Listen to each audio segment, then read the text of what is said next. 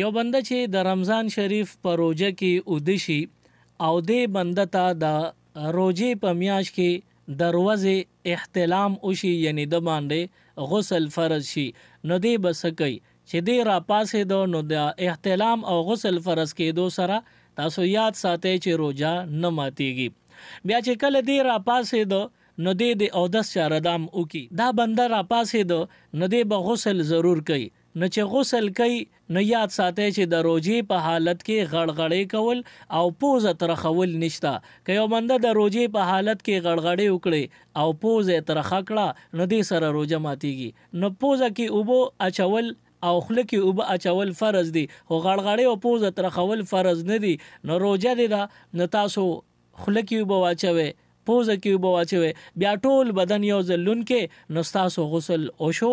اوس د دې نه پس که د مونځ ټیمې مونځ کې تلاوت کول غواړئ نو